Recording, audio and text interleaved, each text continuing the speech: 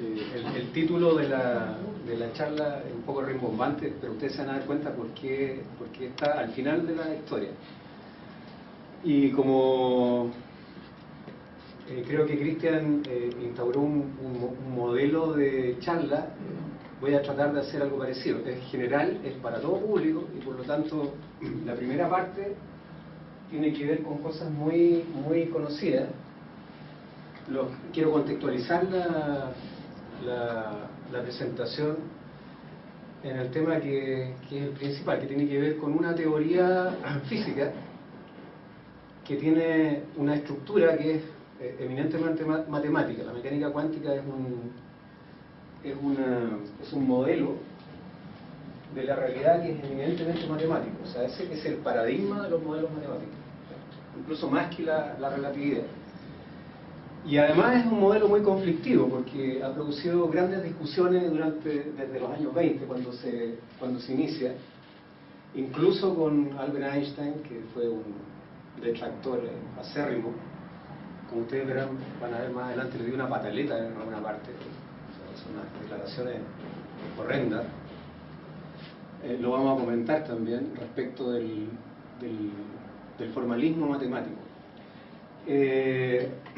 Sin desmedro de eso, debo decir que no hay ninguna teoría del microcosmos que sea más exacta que la mecánica cuántica. O sea, con mecánica cuántica uno puede calcular prácticamente cualquier cosa de las que conoce hoy día. Bueno, esto no es muy bueno, no habrían habido bombas atómicas sin mecánica cuántica. En algún momento en la Unión Soviética, en el periodo de Stalin al principio, hubo un debate muy grande entre físicos famosos, porque la mecánica cuántica estuvo prohibida inicialmente por ser considerada una ciencia burguesa, que no representaba la realidad, no estaban las causas especificadas. El principio de realidad finalmente ganó, porque evidentemente la Unión Soviética tenía que ser bomba atómica y sin mecánica cuántica no había bomba atómica, así que optaron por la solución que fue aceptar que era, dentro de ciertas restricciones, una teoría válida.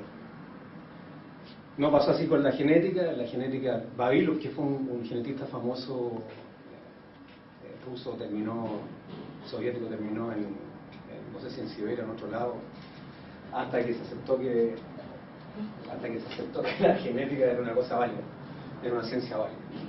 Bueno, les voy a explicar un poquito, no voy a hablar más de eso, sino que los voy a contextualizar un poquito respecto de cómo se genera la mecánica cuántica. Hay un problema, más o menos en los años 20, hay dos paradigmas importantes que se rompen. El primero es la mecánica de Newton, que es la mecánica clásica, y tiene que ver con cosas que ya venían pasando en el siglo XIX. Los científicos creían que la luz se movía en el éter, que había un sustrato natural para todos los movimientos de todas las cosas, un sistema de referencia absoluto, y a ese le llamaban éter. Y cuando en un experimento famoso que es el de Michelson y Morley trataron de demostrar la existencia del éter, lo que hicieron fue disparar rayos de luz en la Tierra en sentidos opuestos. Si uno aplica la mecánica clásica, se supone que si la Tierra se va moviendo a favor del movimiento del éter, uno de los rayos debería tener una velocidad específica y el otro debería ser diferente. En materia los rayos apuntaban en direcciones diferentes. Y resultó que la velocidad de la luz era constante para cualquiera de los dos casos. Y lo que descubrieron, en el fondo, y nadie quiso aceptar, porque lo que hicieron fue empezar a inventar otras teorías para seguir respaldando la teoría del éter, cuando lo que había que decir, la verdad es que el éter no existe, y eso es lo que hace Einstein, y decide que la velocidad de la luz es una constante para cualquier sistema de referencia. O sea, donde yo me pare, aunque me esté moviendo y mido la luz, esa corre a 300.000 kilómetros por segundo. Bueno, ese es uno de los paradigmas. Ahí aparece la relatividad especial, que sirve además para corregir unos problemas que había en el electromagnetismo, y que tenía que ver con que cuando uno quiere una ley y quiere que la ley funcione en todo el universo, entonces tiene que ser invariante frente a ciertos tipos de transformaciones. Por ejemplo, en ese caso, uno quería que las leyes electromagnéticas de Maxwell fueran invariantes frente a traslaciones del observador, pero no resultaba. Sin embargo, cuando se introdujeron las transformaciones de Lorentz, que eran las que incluían la velocidad de la luz y este movimiento constante, esta velocidad constante que tenía la luz, las transformaciones efectivamente, se hacían las correcciones, las transformaciones eran correctas. Bueno, después se postuló la teoría general de la relatividad, que decía que una masa, cómo afectaba la masa en el espacio que la circundaba. O sea, la curvatura del espacio al lado de la masa es diferente que cuando no hay masa. Cuando no hay masa se representaba como un espacio euclídeo, con masa era una superficie riemanniana. Pero descubrieron en esa época, en los años 20, otro fenómeno interesante, que Einstein también atacó y que trató de resolver por ciertos medios, que no tuvo solución finalmente, y era el siguiente. Descubrieron que las partículas muy pequeñas, estamos hablando del orden de las escalas de Planck, 10 elevado a menos un número muy grande, se comportaban de dos maneras diferentes. Se comportaban como corpúsculo y como onda. Es decir, tenían una naturaleza que no era necesariamente la que se había aceptado hasta esa época. La formulación fue la formulación que dio el grupo se llamó el grupo de Copenhague, me parece que era, donde estaba Niels Bohr, estaba Schrödinger y Heisenberg, y ellos postularon una nueva teoría que tenía que ver con la teoría cuántica, que tuvo dos versiones, tuvo la versión de Heisenberg y tuvo la versión de Schrödinger desde el punto de vista matemático, y que después un matemático muy famoso que es von Neumann formalizó en el contexto de lo que se llama la teoría de operadores. Entonces yo les voy a mostrar la formalización de la teoría de operadores y les voy a mostrar cómo funciona. Y entre medio les voy a mostrar las paradojas que se producen con la mecánica cuántica respecto de lo que uno sabe, y los reclamos de Einstein respecto de esas paradojas. Vamos a... Los postulados básicos de la mecánica cuántica son los siguientes. El primero es que los estados de un sistema cuántico están definidos por elementos de un espacio de Hilbert H. Un espacio de Hilbert H es un espacio vectorial que tiene ciertas características, es completo, entre otras cosas, o sea, tiene un conjunto denso numerable incluido en él, y además tiene definido un producto interno. El producto interno me sirve para medir distancia en el espacio. Los observables físicos quedan representados por una álgebra de operadores autoadjuntos actuando sobre H o sobre un conjunto denso definido sobre él. Lo que esto significa no importa. Lo más importante es que tenemos un estado de un sistema, es un elemento phi que está en H, y los observables físicos son operadores autoadjuntos que van a estar definidos sobre el H o sobre un subconjunto del H. Vamos a llamarle el dominio de A. El dominio de A tiene que cumplir algunas condiciones especiales, y eso es un conjunto de H. Y este señor que está acá tiene un producto interno. El producto interno en R3, ¿no es cierto?, es el producto punto que uno conoce. No puede definir más productos internos, pero este es el conocido. Y en este caso cumple con algunas características matemáticas especiales. Oye, ¿sí? ¿Y los observables físicos? ¿Un ejemplito? Lo vamos a... La energía del sistema se encuentra representada por un operador autoadjunto H. Fíjense, voy a poner solamente 4 postulados, y con los 4 postulados yo voy a deducir uno de los principios que son más importantes en la mecánica cuántica, que son que cuando yo tengo, por ejemplo, lo que descubrieron, que al comportarse como corpúsculo y como onda la partícula, entonces uno puede, si uno determina en forma muy exacta la posición de la partícula en un momento determinado, entonces tengo una gran incertidumbre respecto de, si conozco la posición, respecto del momento. Si tengo una gran precisión respecto de las medidas que tengo respecto del momentum o de la velocidad de la partícula, entonces tengo una imprecisión muy grande respecto de la posición de la partícula. O sea, si sé una cosa, la otra no la sé. Eso es lo que se llama el principio de incertidumbre de Heisenberg. Este modelo matemático, esta estructura matemática que estoy definiendo acá, imaginemos que no sabemos nada de mecánica cuántica, nada.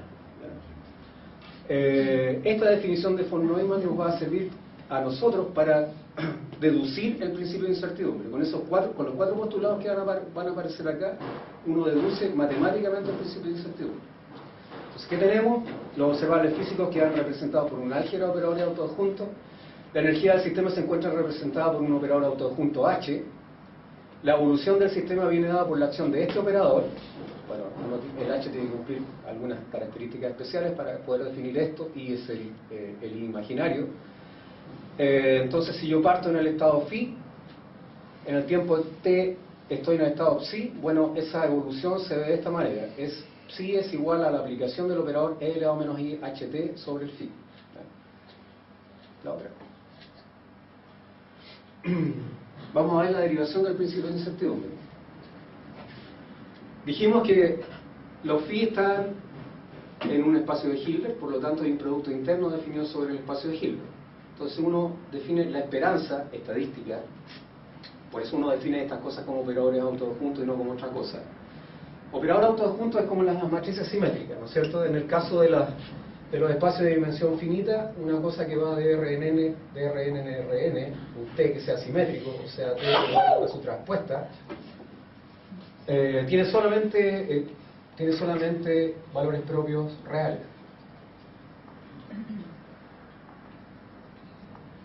En el caso de espacios de dimensión finita, un operador autoadjunto es un operador en donde, esto le llamamos adjunto ya, es donde T adjunto es igual a T, o sea, en el sentido siguiente, el dominio de T es igual al dominio de T adjunto, y T adjunto es igual a T, bueno, en el dominio de T y de T adjunto, ¿no es cierto?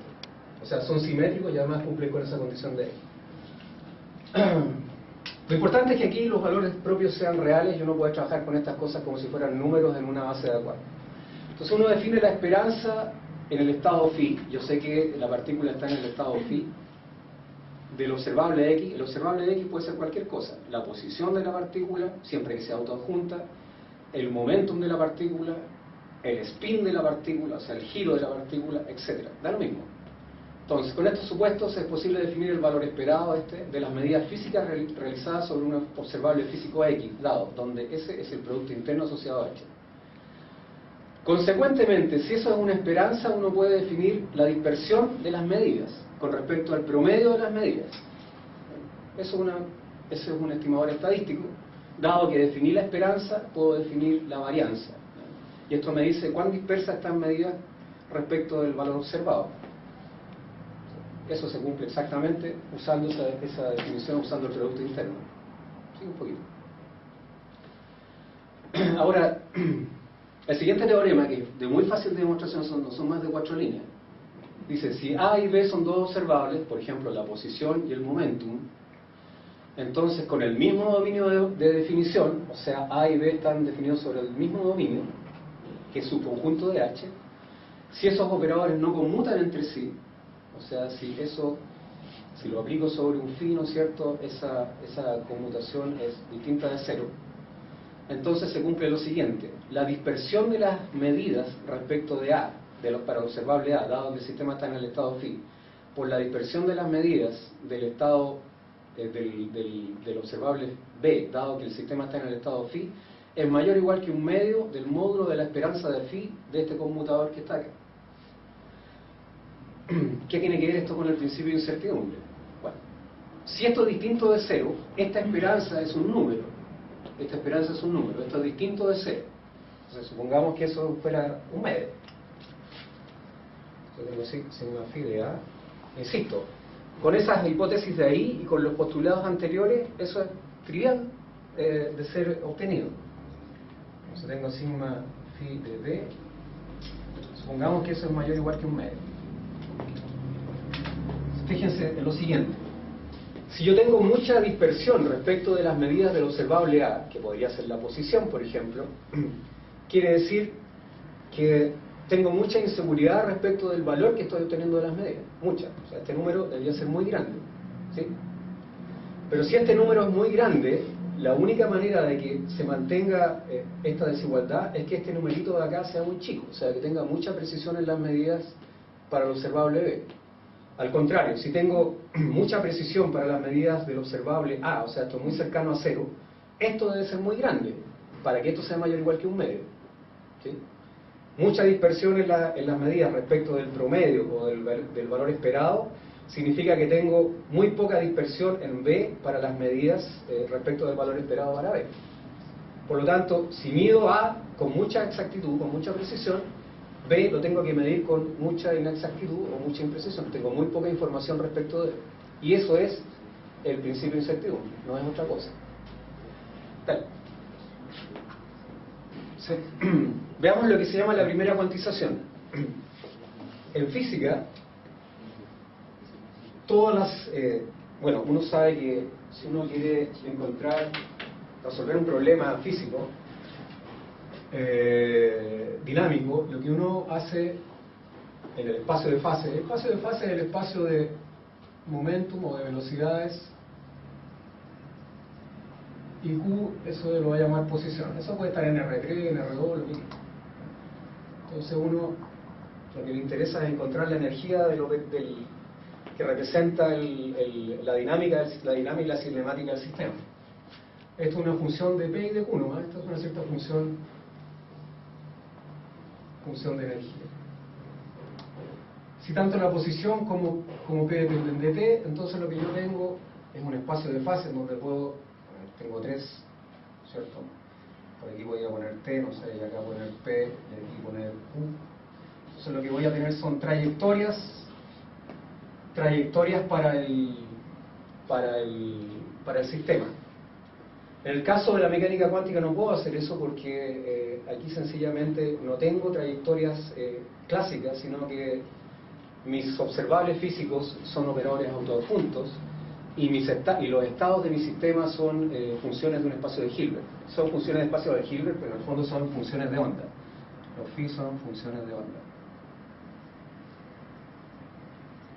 Entonces lo que se llama primera cuantización de una forma muy gruesa, es que en el caso clásico, cuando uno quiere cuantizar una teoría clásica, lo que hace es reemplazar en los operadores de energía o en los operadores que uno conoce, en aquellas partes, por ejemplo, en donde dice momentum y donde dice posición, y estas son coordenadas clásicas. Este es el oscilador armónico clásico, esta es la ecuación de eso es posición nomás, y eso es velocidad al cuadrado. Esa es la masa de una partícula. Entonces lo que hace es sustituir en el clásico las coordenadas que son el P y el Q del espacio de fase del operador de energía por el operador de momentum y por el operador de posición. Por ejemplo, si mi problema depende del momentum y de la posición. Esto es muy a grosso modo. Supongamos que tenemos una partícula moviéndose en el eje real. Entonces, estamos en R. Así que el H, el espacio de Hilbert, va a ser el espacio de las funciones cuadradas integrales que están definidas sobre R.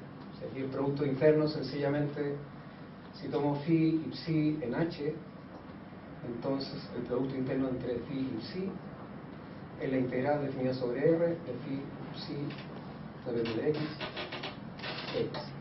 Ese es el producto interno. Con esto puedo definir una norma, puedo definir distancia y puedo geometrizar el problema. Entonces, el dominio de definición del H que yo voy a definir más adelante va a ser S, que es el espacio de las funciones de Schwartz, que son las rápidamente diferenciables y que decaen en el infinito más rápido que cualquier polinomio que yo les coloque. Además voy a pedir que la norma de phi, la norma del operador que es la norma de phi, es sencillamente al cuadrado de phi, phi. Y esa norma me sirve para definir una distancia. Puedo definir la distancia entre dos estados del sistema usando esa norma y usando el producto interno. Bueno, es una cosa bien conocida. Y lo que vamos a pedir es que estos estados tengan norma 1. Ahora, ¿qué representa el módulo de phi al cuadrado? Ahora, estas cosas están definidas sobre los complejos, ese es el conjugado, así que esto es, si uno toma phi, eso es la integral sobre R de phi por phi conjugado, y eso es la integral del módulo de phi al cuadrado de X. Esto que está aquí, lo que define es la densidad de probabilidad de encontrar a la partícula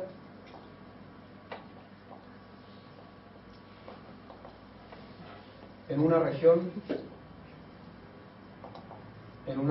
del eje real. Por lo tanto, este cálculo que estoy haciendo acá no es ni más ni menos que un cálculo de probabilidades. O sea, es una densidad de probabilidad, multiplico por dx, y esto es una densidad. Si la norma de phi es 1, lo que estoy diciendo es que la probabilidad de encontrar la partícula en la recta real, si la partícula se está moviendo ahí, es 1, o sea, es absoluta. Ahora, hay lugares en donde la partícula es más probable que se encuentre, ¿no es cierto? Por ejemplo, si el phi es una cosa así, que sea simétrica, tengo más probabilidad de encontrar la partícula por acá que por allá. Ahora, uno de los problemas de mecánica cuántica es que no todos creen que esto sea solamente una probabilidad, sino que postulan que en realidad la partícula se disemina por el eje como si fuera una goma, y esto no es una probabilidad, sino que es la realidad manifestándose. O sea, hay una parte de la partícula que está en esta región y en esta otra región es más chica. Bueno, eso representa la densidad de probabilidad de encontrar la partícula en la región dada de la recta real. Pasar a la otra. Entonces veamos qué pasa ahora con los operadores de momentum y posición. El operador de momentum, que era, en el caso clásico, es la variable P, ahora se transforma en ese operador que está ahí, es menos IH, H es la constante de Planck, por el operador de diferenciación con respecto a X. Estoy moviéndome, acuérdense, en la recta real. Y el operador Q es el operador de posición, o sea, es multiplicar por el X. Si uno realiza un cálculo simple sobre el conmutador de Q y P, QP menos Q compuesto con P menos P compuesto con Q, y lo aplico sobre una función phi de S, obtiene que eso es exactamente IH, bueno, ahí deberíamos ponerle identidad, ¿no es cierto? Y por la constante de Planck. Por lo tanto, esos dos operadores no conmutan. Cuando dos operadores, dos observables no conmuten, uno va a decir que son incompatibles entre ellos desde el punto de vista de la mecánica cuántica. Además, uno puede demostrar que, ahí me faltó los tongos, ¿no es cierto?, que P es en S, ¿no es cierto?, es autoadjunto, o sea, P es igual a adjunto, y Q también es el igual adjunto para todo phi que esté en S. Y el operador de energía está definido como aparece ahí, es el H con el tongo. Y si ustedes se acuerdan, es sencillamente sustituir donde decía P en el caso clásico por el operador P cuadrado, o P compuesto con P, y X por el operador X tongo. Así que la esperanza del operador P o del observable P, físico P, dado que uno está en el estado phi, viene dado por ese producto interno que está ahí, y eso en términos del producto interno es eso. Y en el caso de Q, la esperanza del observable Q en el estado phi, me paré en el estado phi, no me puedo mover de ahí, es esa expresión que está abajo. ¿Claro o no? Pero recuerden, no conmutan, un poquito más arriba. Como no conmutan, aplico el teorema general. Y como no conmutan, yo sé que la dispersión del observable P, dado que el sistema está en el estado phi, por la dispersión, o desviación estándar, creo que se llama esto, del observable Q, dado que el sistema está en el estado phi, es mayor o igual que H medio. Si uno realiza el cálculo con los conmutadores, le queda exactamente igual a esto. Y esto es un número positivo, muy chiquitito. Claro. Bueno, en este punto nos retrotraemos un poquito atrás.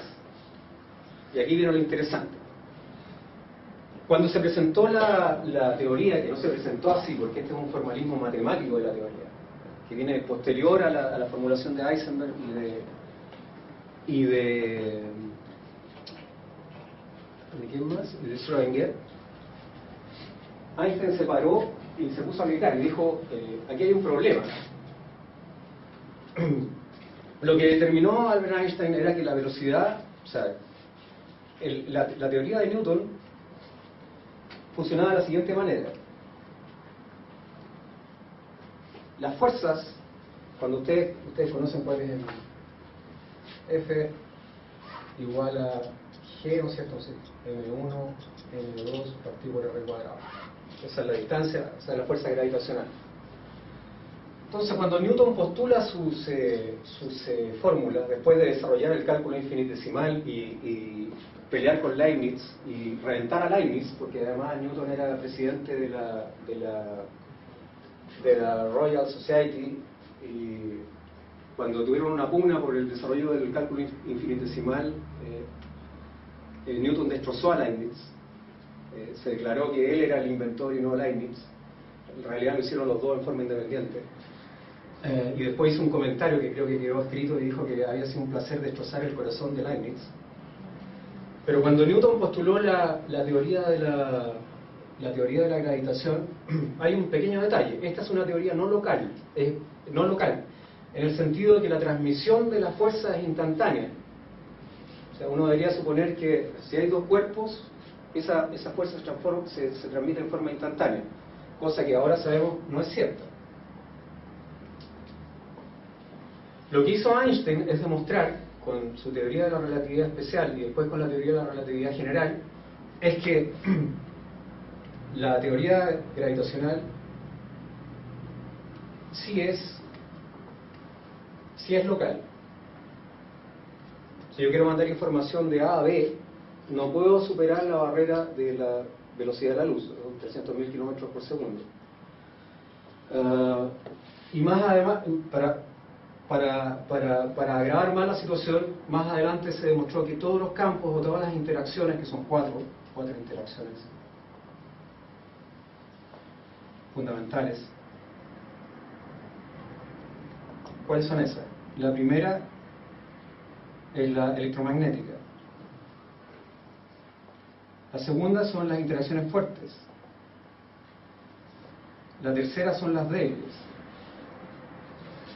Esto es importante decirlo ahora. Y la cuarta son las gravitacionales.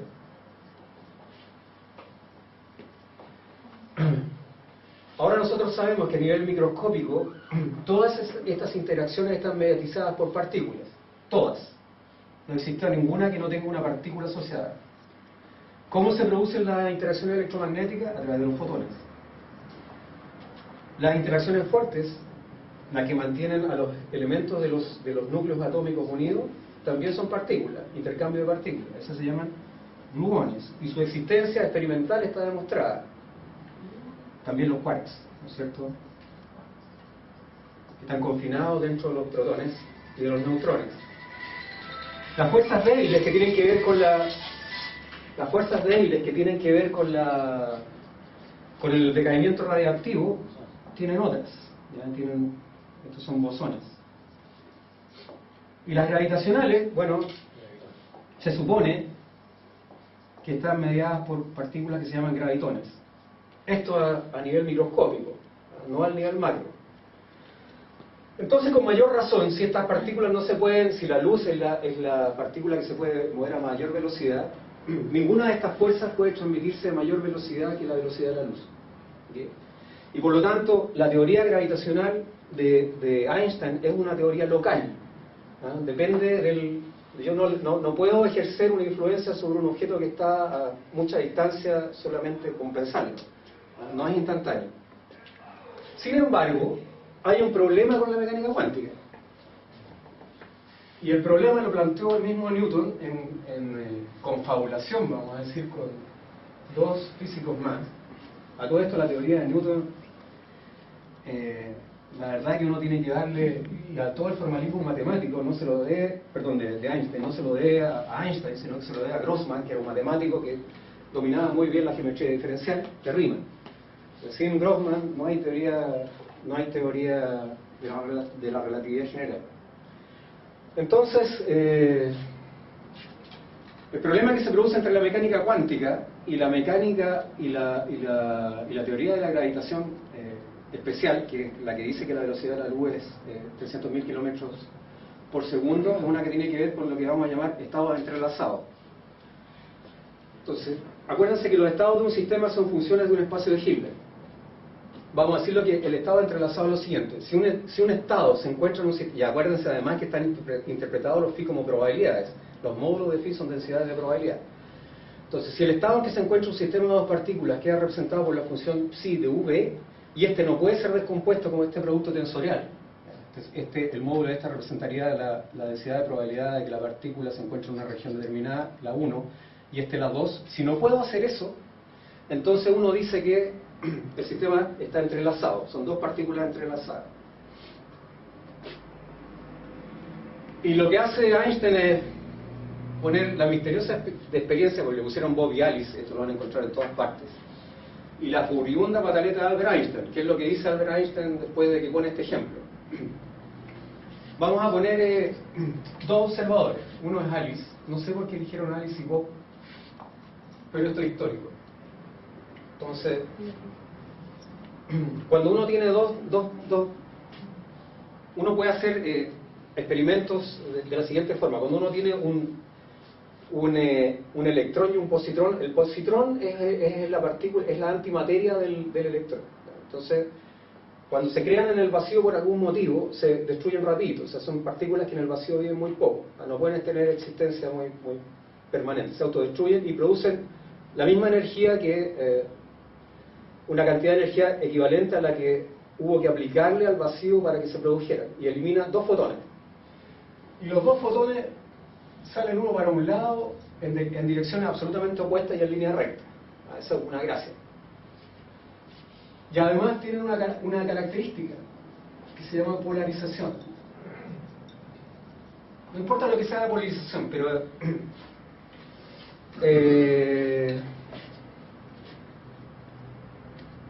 vamos a decir que el spin de la partícula tiene dos alternativas.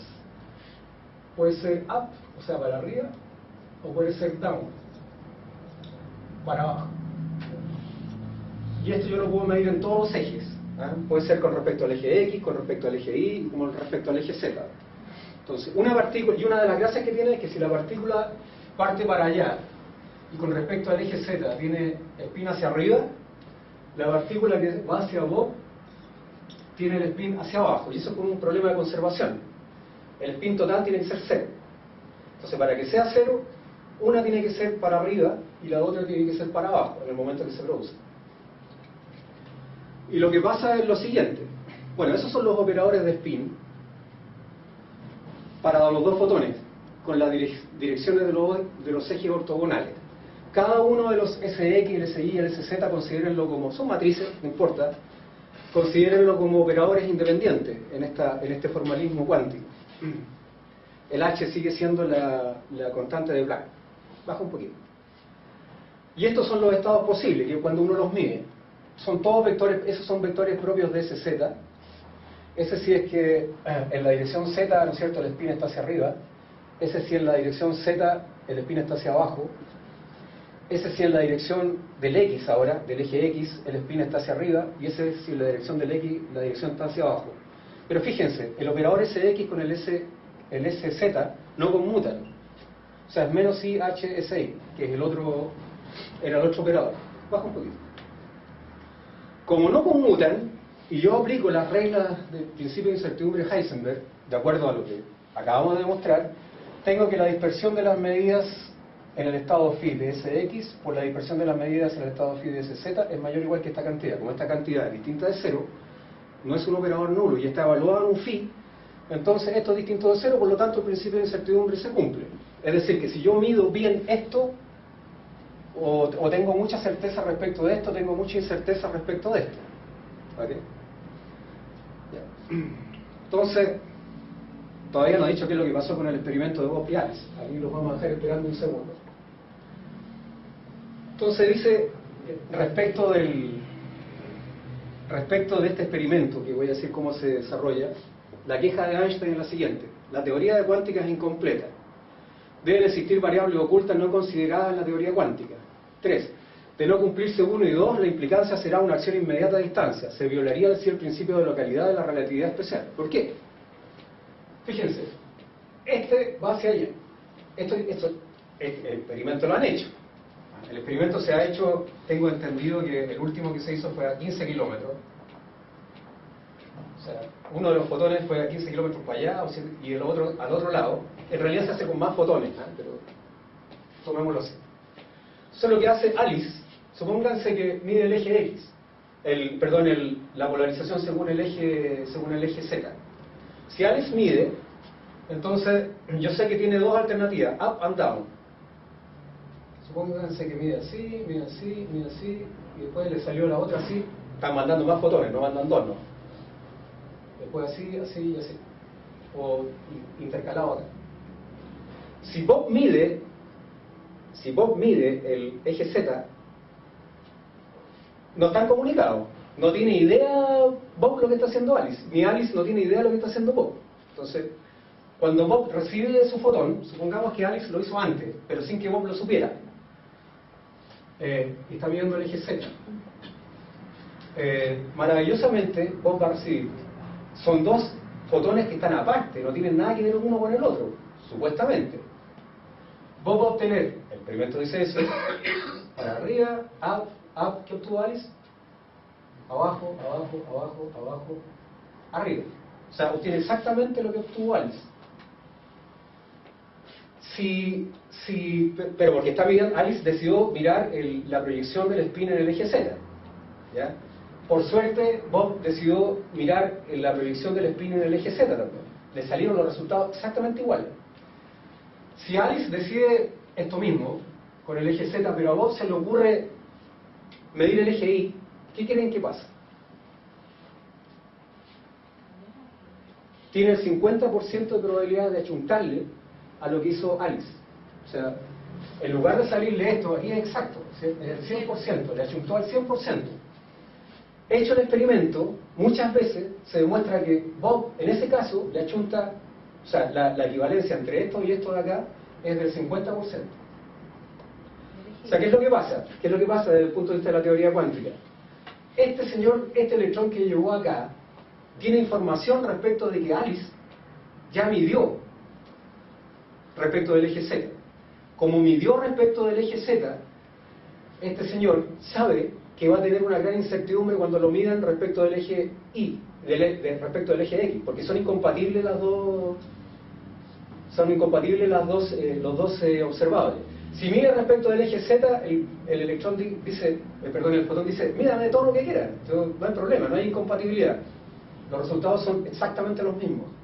Si mide Bob, si Alice midió el eje Z, la polarización en el eje Z, y Bob en el eje X, como el electrón que va acá está a 15 kilómetros, ya sabe que Alice midió el eje Z, dice, no, usted no me puede medir, achúntele. Y le achunta solamente el 50%. Entonces la pregunta es ¿por qué? ¿Qué pasa acá? Es que Alice tiene cualidades extrasensoriales para el caso de las mediciones del eje Z y se las transmite a Bob en forma instantánea. No, la respuesta es que este fotón que está acá sabe exactamente lo que le pasa a este fotón que está acá. Es decir, la transmisión, según Einstein, de no cumplirse 1 y 2, o sea,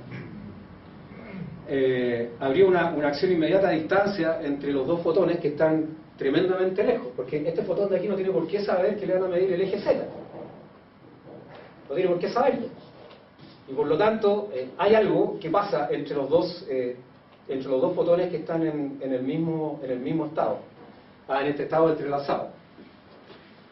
Por lo tanto, Einstein postuló que la teoría cuántica era incompleta, como quería salvar la teoría de la relatividad general. Obvio, yo también habría querido hacer lo mismo. La teoría cuántica es incompleta, le falta algo. O sea, por ejemplo, hay algo que pasa cuando tú mides la primera vez o cuando tú haces el experimento en donde los datos ya están incorporados en forma clásica en el resultado final. Eso es lo que dice. Entonces tiene que haber variables que no consideraron.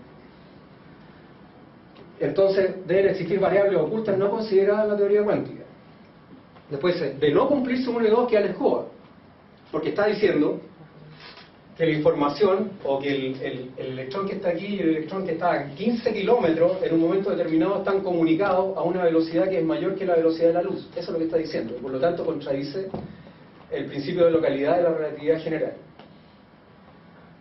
Y en esto se han llevado muchos años, se llevaron muchos años, y tenemos una cosa, no lo voy a mostrar acá, pero el teorema de Bell dice que el teorema demuestra matemáticamente que ninguna teoría determinista, le hace en este caso la teoría de la relatividad general o especial, puede reproducir todos los resultados de la mecánica cuántica, por lo tanto resulta incompleta respecto de esta última. O sea, las cosas que yo calculo con la mecánica cuántica no son compatibles con las cosas que yo puedo calcular con la mecánica, con la relatividad, no es lo mismo con la mecánica cuántica.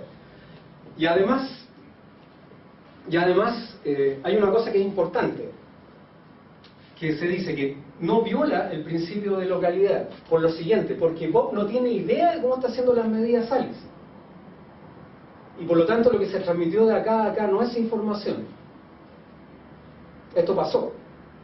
Si yo quiero transmitir información, la única alternativa que me queda es que Alice llame por teléfono o mande un rayo de luz, una onda electromagnética para que Bob se entere qué es lo que está pasando. Entonces, para llegar a un justo acuerdo entre las dos teorías y para no seguir peleando, los tipos dejaron stand-by el problema y lo que hacen es aceptar, sí, en realidad la teoría de la relatividad es efectivamente incompleta respecto de la teoría cuántica, por lo cual no puede describir todos los fenómenos de la mecánica cuántica. Eso se demuestra con unas desigualdades de probabilidad, no tiene ninguna complicación. Y además no es información la que se transmite y por lo tanto el principio de localidad de la teoría de la relatividad queda salvado. Y con eso se quedaron como contentos a pesar de que sigan refunfuñando con la casa y nunca han estado contentos. Bueno, no es el único fenómeno que se produce con la mecánica cuántica.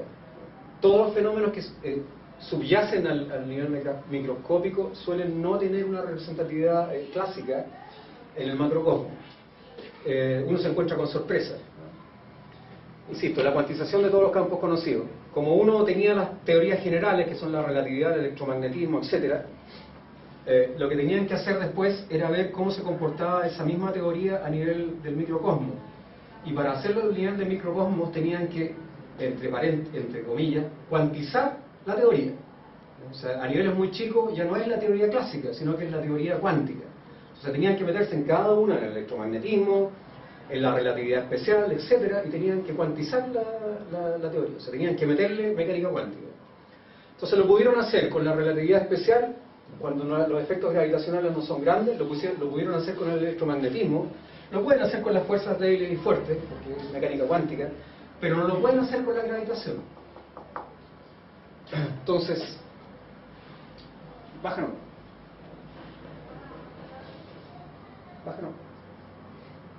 Bajo condiciones adecuadas, veamos algunos fenómenos que se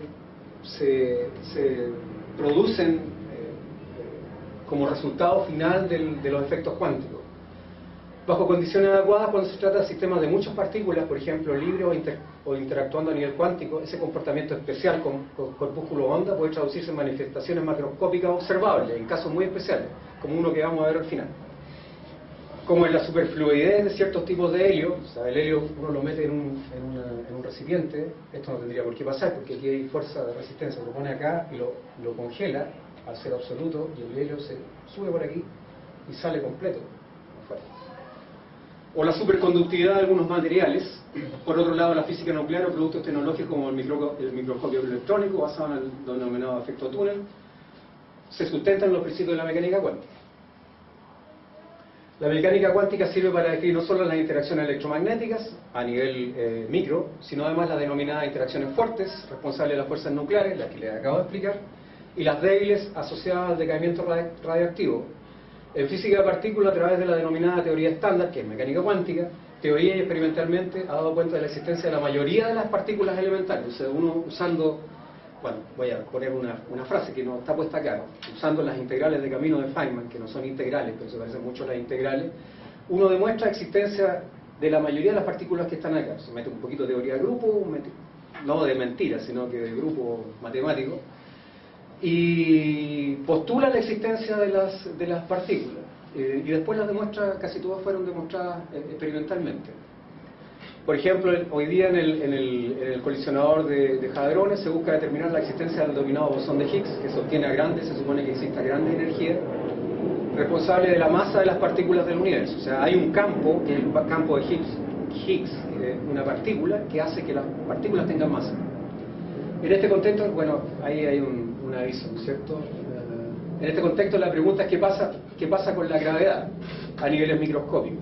Se supone que hay una partícula que mediatiza esas interacciones gravitacionales a nivel microscópico. Y a eso se le llama gravitón. Pero no existe, hasta ahora, es imposible porque las herramientas matemáticas de las cuales se ha dispuesto hasta ahora son limitadas, cuantizar la gravitación a esos niveles. Bájalo. Bueno, la partícula asociada a la fuerza gravitacional es el denominado gravitón.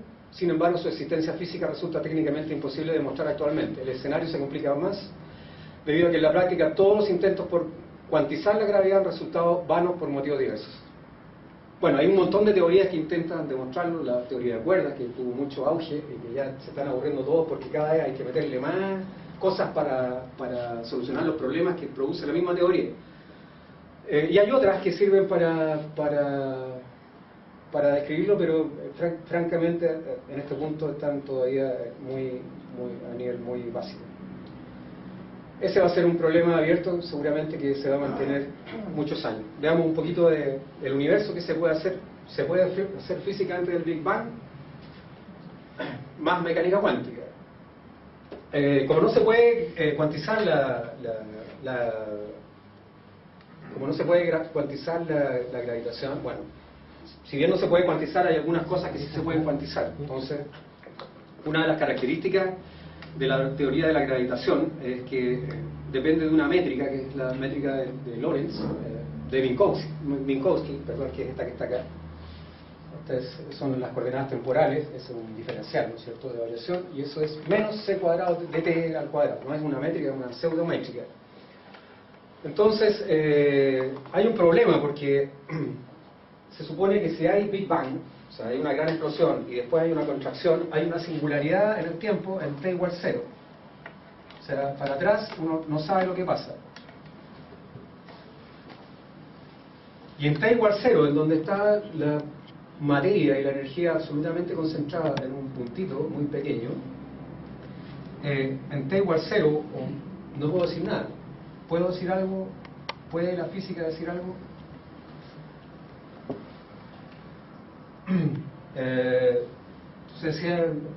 Hubo muchas teorías respecto de la causalidad, etcétera, que aquí se violaban principios de causalidad, que no había cómo describir la física. Y hay una teoría que es nueva, solo un poquito, que es lo que se llama la ausencia de frontera o euclidización del problema, y es una propuesta hecha por Hartree y Hawking, que dice lo siguiente: el tiempo, en realidad, si uno reemplaza en la métrica de Minkowski, o la pseudométrica de Minkowski, el tiempo por un tiempo imaginario, entonces la métrica se transforma en una métrica espacial, y esa es una métrica de una variedad riemanniana, ¿no? Entonces lo que dicen es que en t igual 0, en realidad, cuando la energía estamos en la singularidad, tenemos en realidad 4 dimensiones espaciales, y el tiempo aparece después que se produce no es una explosión, sino que la gran expansión. Y por lo tanto, esta singularidad de acá desaparece, y uno puede tratar el problema como si estas cosas, aquí son todas variedades riemannianas,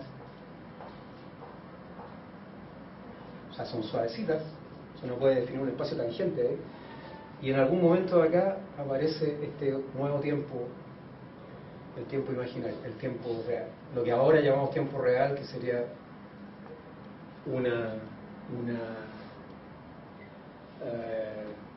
una percepción que tenemos nosotros y no la realidad como tal cual debiéramos verla. Bueno, esa es una manera de resolver el problema de la singularidad. Insisto, ese es un problema que tiene que ver con mecánica cuántica, porque se dice que el universo está en un estado psi, que es equivalente a los estados cuánticos que aparecían acá, o sea, se ve como una partícula. Bueno, eso es lo que quería mostrarles respecto de... Baja. Eso es lo que quería mostrarles. Les voy a mostrar ahora por qué se llama... ¿Cómo se llama? Esas son todas las paradojas y las preguntas grandes que tiene la mecánica cuántica. Entonces les voy a mostrar con un problema clásico, uno que es cuántico, y que tiene que ver, terminamos 15 minutos, y que tiene que ver con fenómenos cuánticos también, pero lo voy a mostrar clásico porque así es más fácil. Si uno tiene una red, supongamos que tiene una red, ¿ya? En realidad es un cubo, en R3.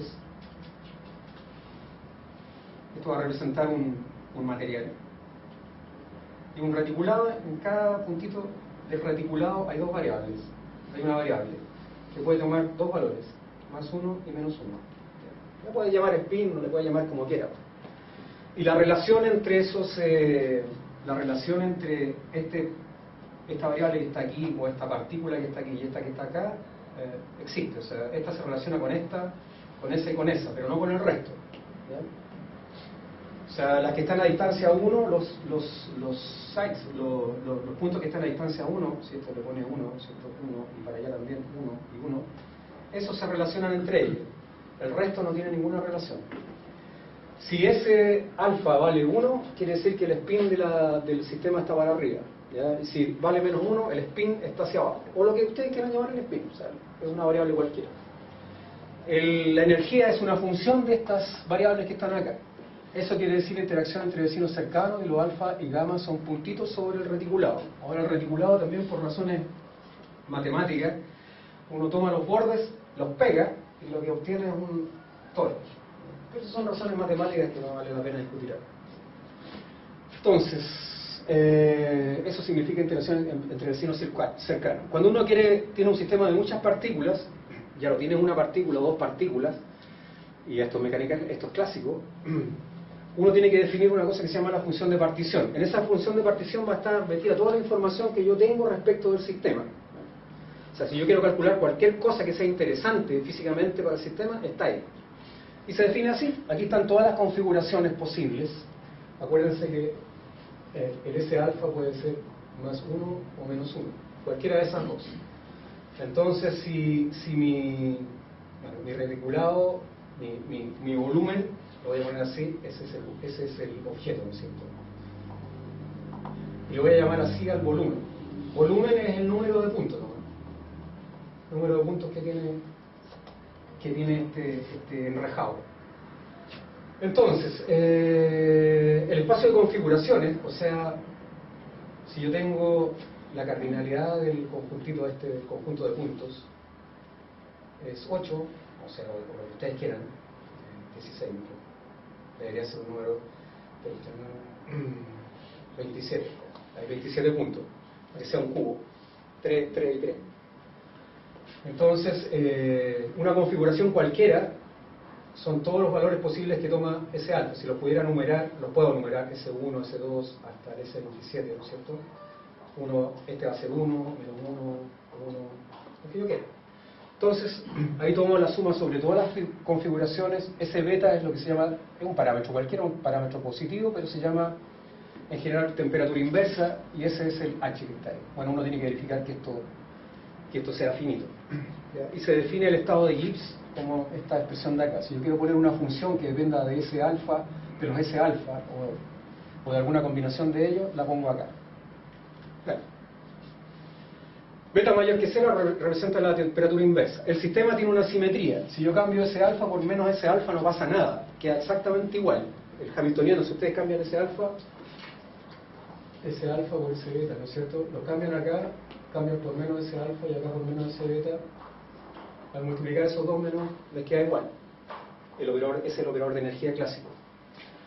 Entonces, con esa condición, uno sabe que si promedia, aplica el estado de Gibbs sobre el S alfa, eso vale 0. Esa simetría, era que se llama el grupo Z2, hace que esto sea 0. Eso siempre se cumple. Entonces, fíjense, voy a hacer una pequeña perturbación al operador H lambda, que va a ser eso. El nu es un número real mayor que 0. Chiquitito, pero mayor que 0. Y vamos a ver lo siguiente. Voy a hacer tender este volumen, entre comillas, a infinito, de alguna manera adecuada. Se lo voy a hacer crecer. O sea, va a aumentar la cantidad de puntos en una forma adecuada. Y además le voy a aplicar el límite cuando nu tiende a 0 a esta expresión de acá. Acuérdense que la interacción es entre vecinos cercanos. ¿Ya? Uno puede demostrar que este pedacito de aquí, en el límite termodinámico es exactamente igual a esto que está acá. Pero aquí estoy usando el hamiltoniano perturbado, ya con ese nu. El otro no lo tiene. Entonces fíjense en lo siguiente, uno puede determinar exactamente una temperatura inversa mayor que una temperatura crítica donde esto es distinto de cero, y una temperatura para temperaturas menores igual que esa crítica, que esto sea cero. ¿Qué significa eso?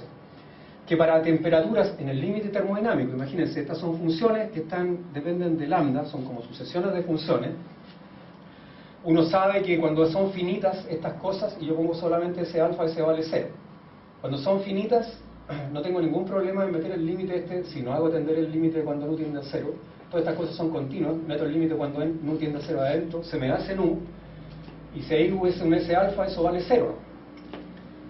Entonces fíjense, tomo ese parámetro que está ahí, tomo este límite que está acá, demuestro que es exactamente esto, y me doy cuenta que delta beta es distinto de cero si beta es mayor que si esto fuera finito, eso siempre es cero. Si esto fuera finito, no tuviese el límite como esto es todo continuo, meto los límites para adentro, se me va el nu y me queda la promediación de esto con respecto al h lambda, pero con las reglas estas de las simetrías, estos valen cero. Así que siempre valen cero cuando eso es finito, estos términos. Si me voy al infinito, no puedo meter este límite acá adentro para betas mayores que el beta crítico. Para betas menores iguales que el beta crítico, sí puedo hacer intercambio de límites. Ese es cero, así que ese límite vale cero. Lo que pasa es que esta función que está acá, que es una función continua de b cuando lambda es finito, deja de ser una función continua de b cuando lambda es infinito. Y por lo tanto se produce un salto para un valor determinado de b, si va por aquí, de repente se produce un salto y apareció por acá. Y eso se llama una transición de fase. Algo pasó ahí. ¿Y qué pasó físicamente? La transmisión, los vecinos que estaban acá, ¿cierto? Era interacción entre vecinos cercanos. Pero en el límite, cuando B es mayor que esa temperatura inversa crítica, en el límite esta función dejó de ser continua y por lo tanto la simetría se rompió, ya no deja de ser, ya no es cierta. O sea, ya no se cumple que el promedio de Gibbs del S alfa valga cero. O sea, la simetría murió. Simetría muere. ¿Y qué quiere decir físicamente? Quiere decir que la información que yo estoy transmitiendo a mis vecinos cercanos, los betas generalmente son muy grandes, eso significa que las temperaturas son muy chiquititas cuando uno demuestra esto. Eso quiere decir que la interacción en un momento determinado, que era solamente entre vecinos cercanos, para betas mayores que el beta crítico, ya es interacción entre todos, interactúa con los que están en el límite, en la frontera. Eso no pasa cuando el lambda es finito, no pasa. ¿Ok? Entonces, si uno tiene un vecino acá, por eso se llama así, y no hace mucho frío y estamos a nivel finito, yo puedo pelar a mi vecino que está por acá, no hay ningún problema, porque mi vecino no se va a enterar jamás que yo lo peleé. Pero si la temperatura aumenta, la temperatura disminuye, y además yo aumento la cantidad de mis vecinos, en un momento determinado, que yo esté pelando con el señor alfa, y yo soy el beta, no gamma, estoy pelando al señor alfa en el límite termodinámico bajo ciertas condiciones, el señor beta se va a enterar de que yo estuve hablando mal de él. Ese es el fenómeno físico explícito. ¿Y qué quiere decir físicamente? Quiere decir que los espines que tenían la misma probabilidad de apuntar hacia un lado o hacia el otro, terminan todos alineados en una dirección. O sea, esto ya no tiene probabilidad de ser 1 menos 1. O sea, quedan todos o para allá o para abajo. ¿Ya? Y eso es lo que se llama ferromagnetismo. Y eso es clásico. 7 minutos. La otra. Esto mismo se puede llevar a nivel cuántico. Esto mismo pasa a nivel de las partículas cuánticas. No vamos a hacer las demostraciones aquí. Pero aquí les voy a mostrar el resultado, ¿no? Un poquito más arriba. El H ahora es esto, ¿ya? Y estos son operadores cuánticos ahora. Estos son los mismos operadores que aparecieron el otro día de spin, de Nantes, perdón, de spin, representados por estas matrices que se llaman matrices de Pauli. Con este operador voy a poner resultados para que lo vean. Bueno, uno tiene que aplicar un montón de reglas acá para demostrar esto. demostrar la condición, ¿no es cierto?, esa de long range order se llama, o sea, es que me estoy comunicando con el resto, no es fácil, entonces uno tiene que implementar un montón de instrumentos matemáticos para poder hacerlo. En el caso de ese hamiltoniano, ahí está la simetría, ¿no es cierto? La simetría partícula-agujero es que esto es equivalente. Si yo saco una partícula de un lugar y queda un agujero, aparece inmediatamente en el otro lado. Bájalo. Ahí están algunas de las cosas que representan estas transformaciones, la partícula y agujero. Baja. Vamos a los resultados nomás. Ahí están ahora las sumas, esas ya no son sumas, sino que son trazas. El H es un operador autoadjunto definido sobre un espacio de Hilbert adecuado. Ese es un observable cualquiera. El Z es eso que está ahí. Baja, no. Baja. Bueno, ya hacemos un montón de cálculos. Al final, para terminar, vamos a mostrar el resultado.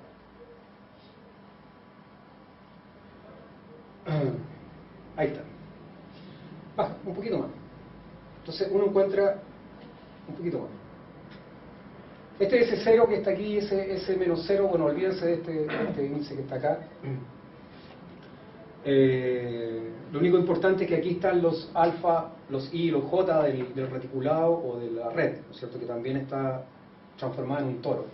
Y aquí estoy pasando al límite termodinámico. Entonces, esta es equivalente en algún sentido a la desigualdad que teníamos al principio.